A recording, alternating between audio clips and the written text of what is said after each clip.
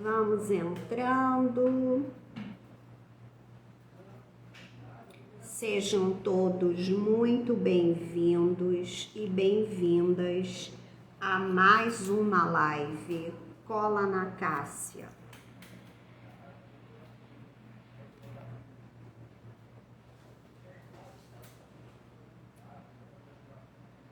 Olá, muito boa tarde.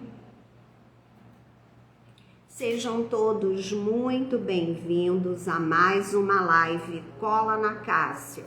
Com essa live você vai aprender quais as perguntas-chave para o primeiro atendimento para ação de inventário.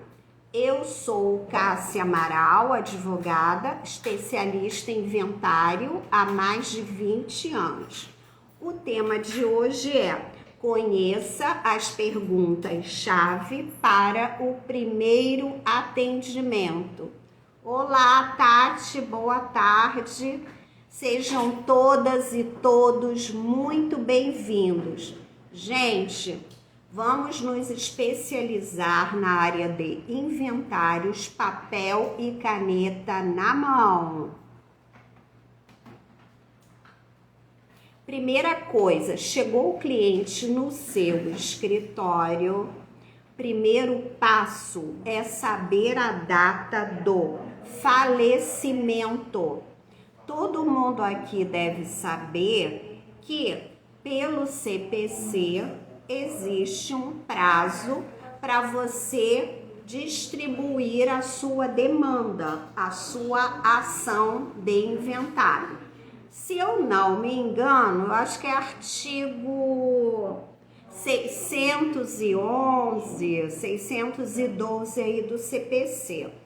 Você indo lá, você vai ver que existe um prazo de 60 dias para você distribuir a ação a partir do falecimento. Na própria lei diz que é aberta a sucessão logo após o falecimento.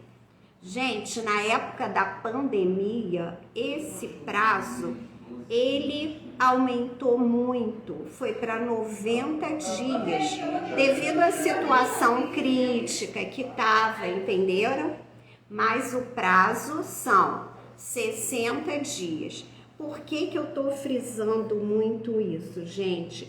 Porque quando o cliente chegar no escritório ou no lugar que você atende ele, num coworking, no café, seja onde for, o importante, você já pode usar aqui o gatilho da urgência, o gatilho mental da urgência. Por quê? As pessoas são muito descansadas. Aqui no Brasil, as pessoas são muito descansadas. Todo mundo acaba mesmo fazendo inventário. Ninguém pensa no antes, em preparar alguma coisa. Isso praticamente não existe. Então, acaba sendo um inventário que tem prazo. E você pode muito bem falar para o seu cliente que se passar do prazo para a abertura, que vai ter uma multa em cima do imposto de transmissão causa-morte. E isso já deixa a pessoa assim preocupada. Tipo, esse imposto é um imposto estadual. Os advogados que estão aqui, sem dúvida, já ouviu falar no ITD, que também é chamado de ITCMD, cada estado chama de um jeito. Mas a realidade é, se abrir o inventário após os 60 dias, vai ter a multa do imposto, que já não é barata e gira em torno de 10%, tá? Então, isso aí você já pode usar um gatilho da urgência com seu cliente. Tem cliente que fala, mas por que tem que abrir inventário? Eu já moro na casa. E aí você fala, essa casa vai ficar irregular, não vai poder ser vendida. Se não abrir o inventário, tem a multa em cima do imposto. Se tiver algum dinheiro do falecido, não vai poder levantar. Então, isso aí são argumentos que você vai falar com o seu cliente para ele ter vontade de agilizar e fechar o contrato de honorários com você, com o inventário. Outra coisa curiosa, gente, esse imposto causa-morte é um imposto estadual. Esse imposto varia de estado para estado, tá? Eu tô dando um spoiler aqui, porque eu quero fixar nas perguntas, mas aí eu vou lembrando e já vou falando para vocês. Esse imposto é um imposto estadual e você tem que ler a lei do imposto do seu estado. E se o seu cliente tem um imóvel em São Paulo, outro em Minas, outro no Rio, você vai pagar o imposto de acordo com cada estado. Não vai fazer tudo aqui no Rio de Janeiro, porque ele faleceu aqui no Rio. Não é assim que funciona. Então, eu falei da pergunta e falei de alguns argumentos, caso o seu cliente, por que tem que abrir? Você já tem alguns argumentos. E também falei que é um imposto estadual, que é relativo. Inclusive, gente, cada estado chama o imposto de uma forma. Por exemplo, aqui no Rio, a gente chama de ITCD. Em São Paulo, a gente chama de ITCMD. Em Minas Gerais, chama de ITCD. Mas, lembrando, trata-se do mesmo imposto, tá? É o mesmo imposto. Imposto de transmissão causa-morte, tá? Para você saber explicar ao seu cliente do que se trata esse imposto. A outra coisa importante, qual é o regime de bens do casamento do falecido? Isso aí é muito, muito, muito importante. Então, o que você vai pedir de imediato para a abertura? O óbito, para você se certificar da data. E a segunda coisa que você vai pedir é a certidão de casamento ou a escritura de união estável, ou se ele não souber, não tiver nenhuma das duas coisas, ele vai falar que ele ou ela vai começar a falar, eu comecei a viver em união estável no mês tal do ano tal. Tudo bem, porque é a partir daí que você vai começar a fazer a sua análise. Então, voltando. Primeira pergunta. Data do falecimento, tá? Saber qual o vínculo da pessoa que procurou você no escritório. Boa tarde, sejam bem-vindos. Quem procurou você no escritório? A esposa que procurou, um filho, a neta, todo esse tipo já me procurou. Neta, filho, marido, mulher, depende. É o cônjuge sobrevivente que a gente chama, tá? Que normalmente é o meeiro, dependendo do regime de casamento. Então, vocês vão perguntar data do falecimento, porque é importante saber se vai ter multa ou não. Vou abrir outro parênteses, porque eu vou lembrando das coisas. Se tiver em cima do prazo para gerar a multa, Para você abrir o inventário, você só precisa do óbito. Você pode abrir o inventário só com óbito e com os documentos. Não precisa você esperar o seu cliente trazer todas as documentações que você pede. Eu tenho imóvel não sei aonde, ele tinha conta não sei aonde. Gente, isso na prática demora para o cliente vir até você e conseguir descobrir isso tudo. Descobrir também se tem dívida, se tem carro, se não tem, sabe? É muita coisa. Então, quando o cliente chega assim, digamos que em cima do laço para abrir o inventário, faltou uma semana para abrir o inventário.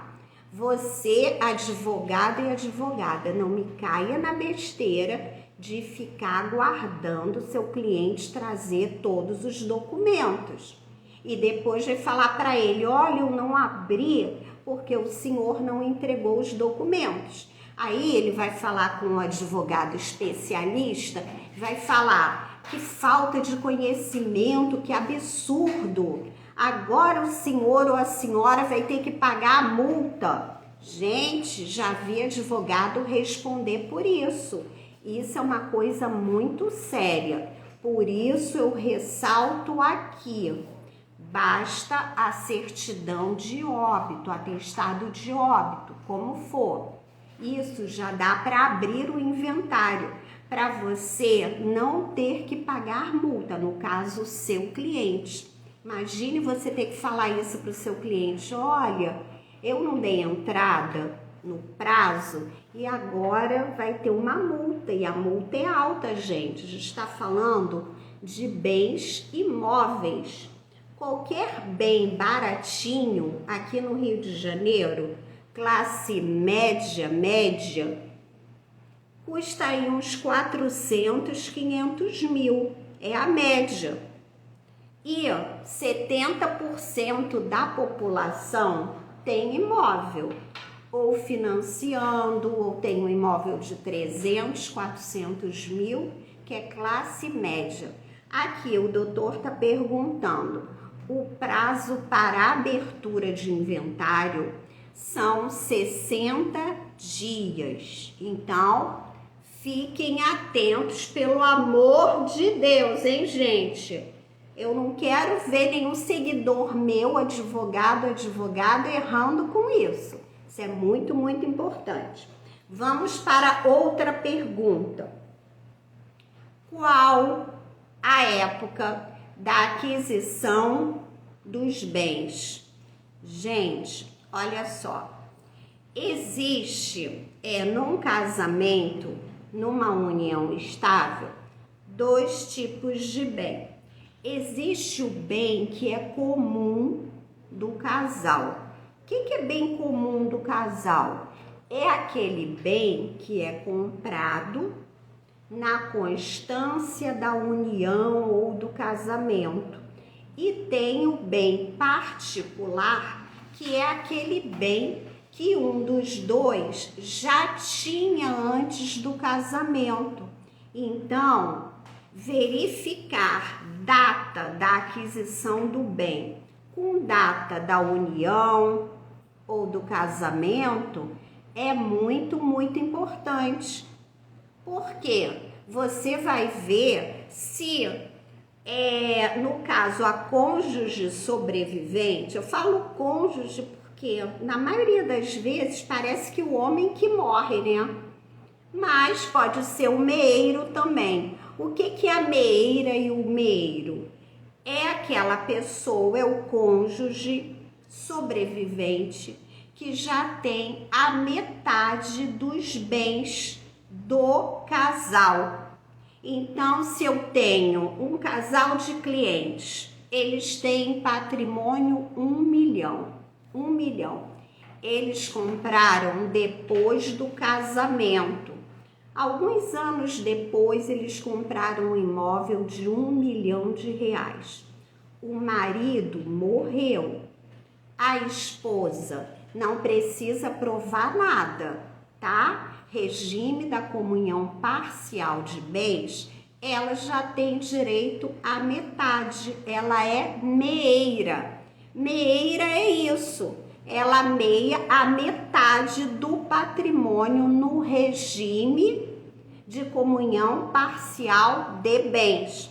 O direito de família é muito diferente do inventário, do direito sucessório.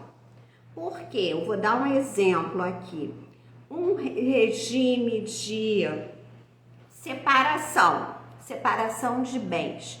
Se for o casal vai se divorciar num regime de separação de bens, ela não vai ter direito, a não ser que tenha um pacto, alguma coisa.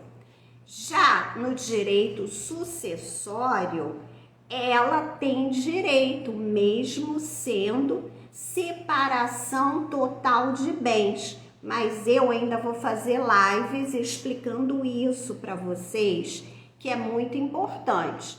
Tô na terceira pergunta.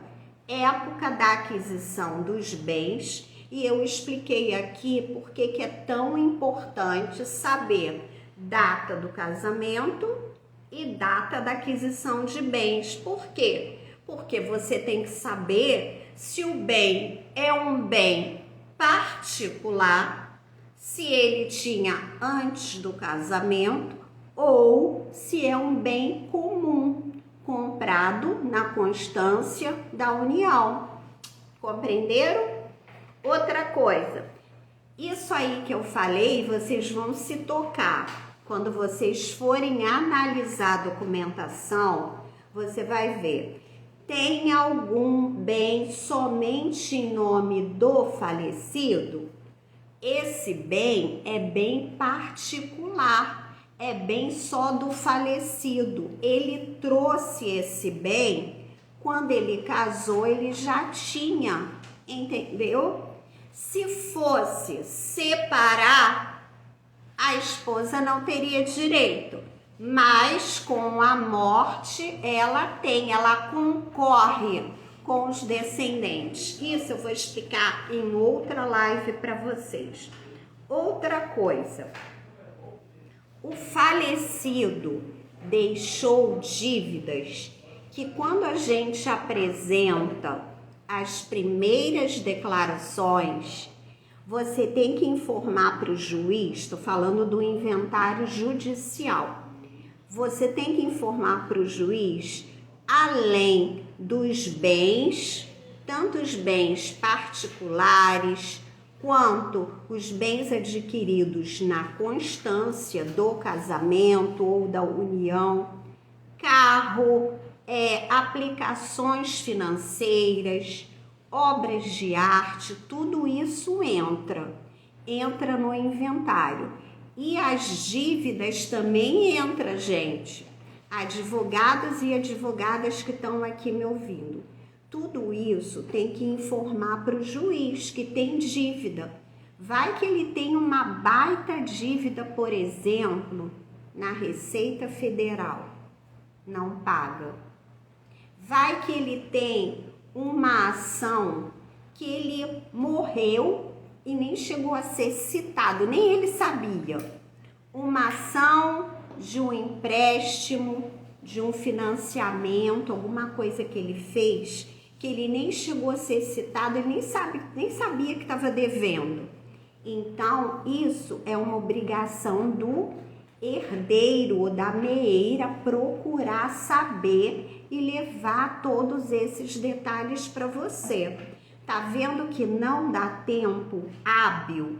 Muitas vezes, quando o cliente chega no escritório, já tá aí uma semana para abrir o inventário, senão vai ter multa. Então, o que você faz?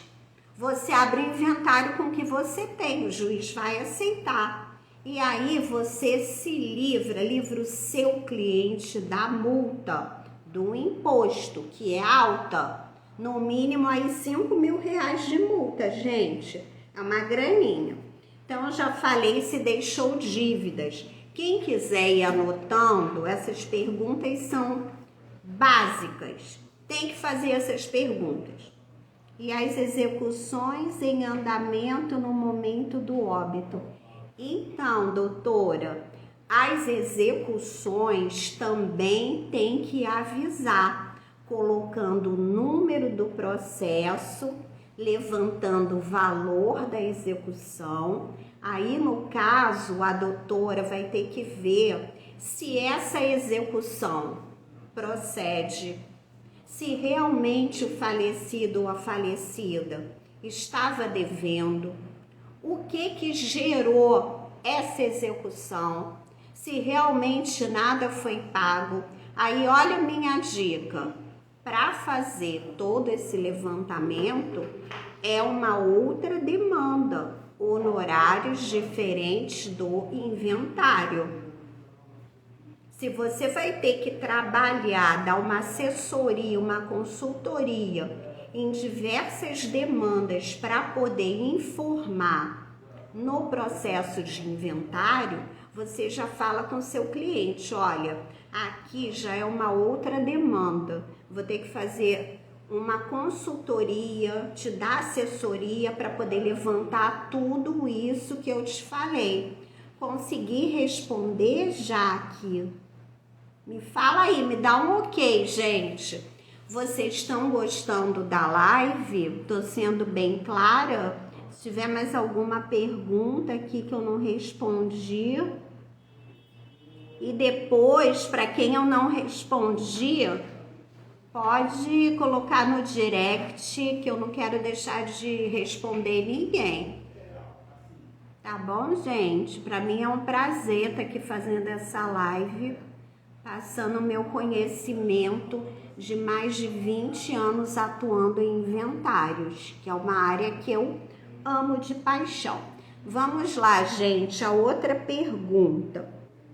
Uma coisa super importante que muitos advogados não sabem explicar, por isso a minha bandeira aqui é que você seja especialista, porque o especialista, ele se aprofunda naquela matéria, não é um generalista que faz de tudo e não sabe tão bem, porque é um universo muito grande do direito, até que a gente quisesse, para saber muito bem, trabalhista, responsabilidade civil, previdenciário, tributário, gente, é muita coisa.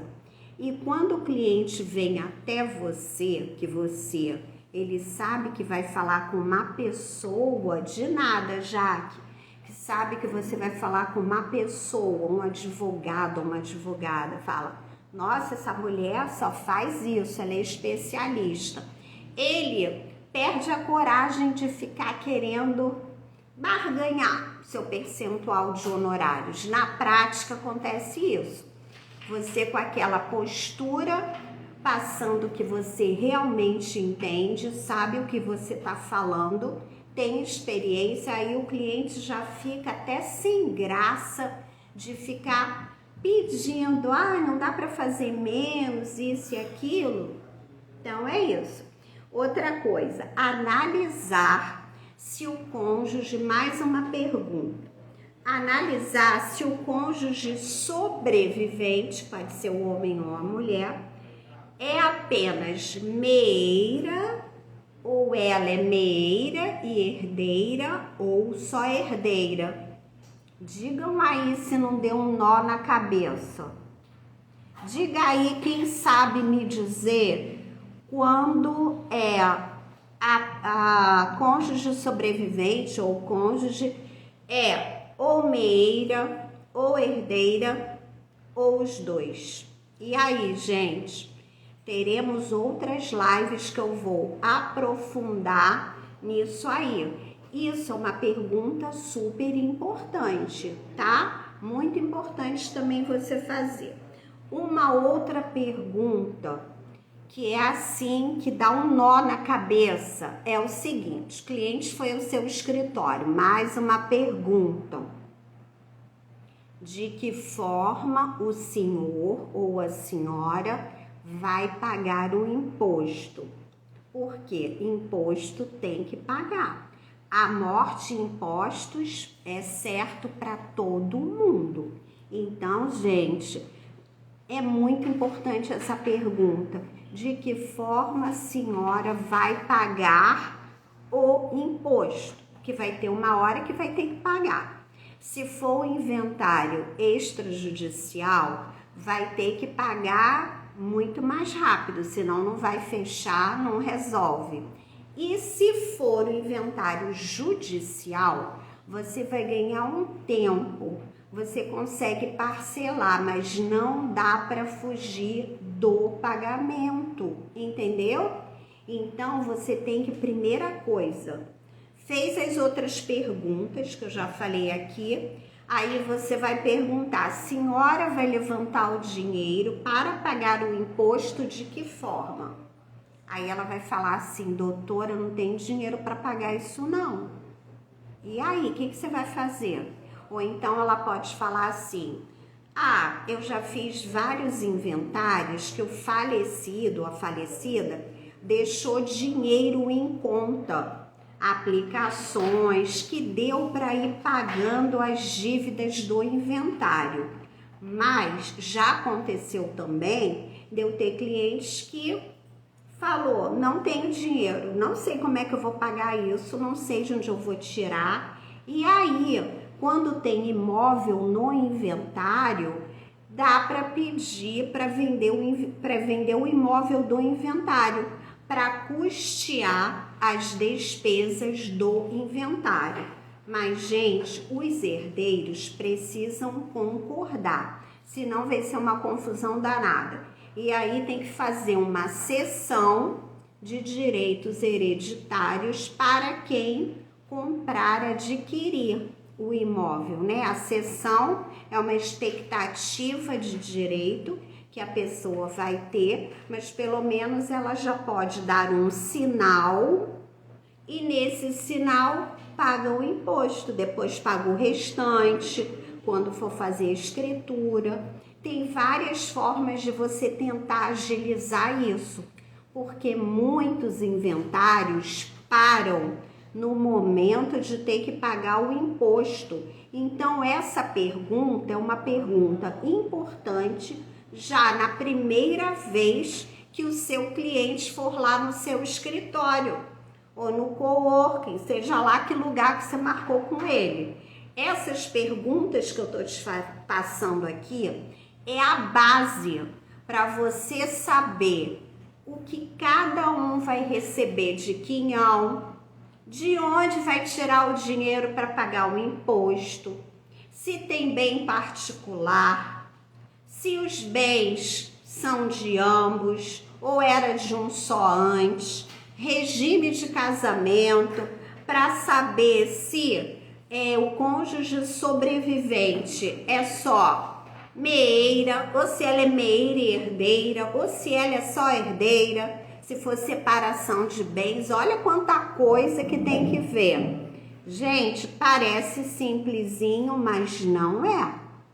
Direito sucessório tem muitos detalhes, tá? Então, você realmente tem que estudar para você poder dar, assim, uma assessoria completa para o seu cliente, não errar no formal de partilha, no esboço de partilha, entendeu? Então tem que estar muito, muito, muito atenta com isso. Uma outra pergunta: tem clientes que têm assim um patrimônio muito grande, o falecido, no caso, tinha um patrimônio muito, muito grande. E ele vivia em união estável, tá? União estável, qual regime? Regime de comunhão parcial de bens. E não precisa provar, a lei fala isso, é bem claro. Então, o que acontece? Esse cidadão não tinha nem pai e mãe vivo, nem tinha filhos. Porque a herança, primeiro, ela desce, vai para os filhos. Tem uma ordem no Código Civil de que forma a herança será disponível. Então, primeiro vai para os filhos, né? Mas só nesse exemplo que eu tô te dando aqui. Não tem filhos, não tem. Não tem pai e mãe vivo. Não tem avô nem avó. E aí, gente, como é que fica essa situação? E todo patrimônio o falecido adquiriu antes do casamento. Será que ela vai ter direito ou não? Isso aí, gente, é muito, muito importante. Porque imagina você não conseguir resolver. O que você vai falar para sua cliente? Marido dela faleceu. Não tinha escritura de união, viveu 20 anos, tudo que ele tinha foi herança do pai. Dando aqui um exemplo para vocês raciocinarem. Ela vai ter direito a receber depois que ele morrer. Se ele e ela se separam, ela não vai ter direito. Que herança não foi oneroso, ela não vai ter direito. Num divórcio, numa dissolução de união estável. Mas eu pergunto aqui, e se ele vier a falecer, não tiver descendente, não tem ascendente, quem fica com o patrimônio? Eu tô falando isso aqui para vocês verem como é diferente o direito de família do direito sucessório. Há uma diferença muito grande, tem muitas regrinhas e é importante analisar o regime de bens para ver se a sua cliente ou o seu cliente ela é só meeira. De repente, ela pode ser meeira e pode ser herdeira também, ou ela pode ser só herdeira. Por isso, a importância de saber essas datas e essas perguntas. Quando que faleceu? Ver a certidão de casamento ou a escritura. Saber o que foi adquirido. Olhar na certidão de ônus reais quando foi adquirido, se foi na constância ou se é bem particular. Gente, são muitos detalhes. Deixa eu beber uma água aqui.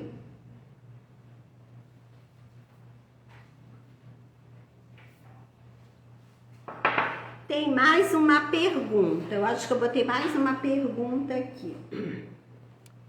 Alguém aqui quer me perguntar alguma coisa do que eu falei? Tem uma pergunta aqui.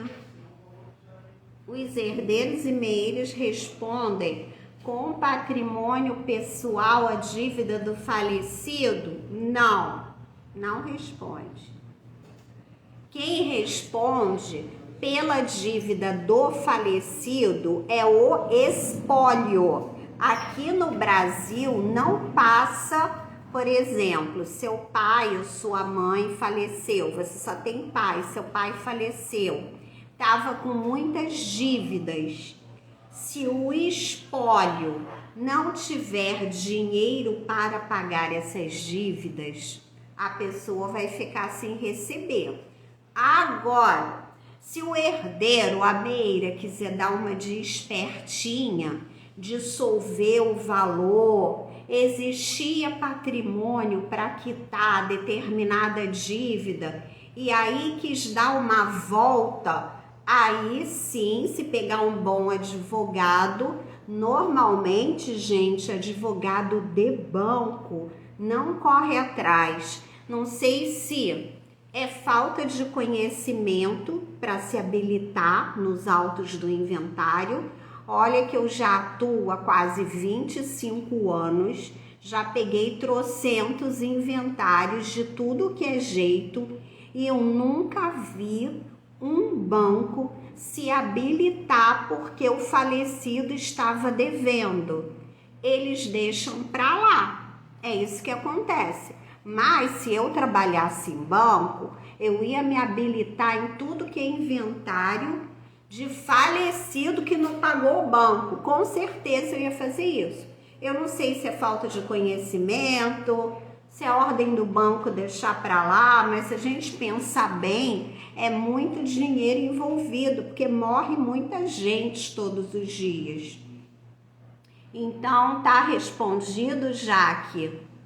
Quem tiver aí com pai ou mãe que faleceu, ou cônjuge, companheiro, estava endividado, o espólio que vai pagar. O espólio é aquele acervo de bens e direitos do falecido.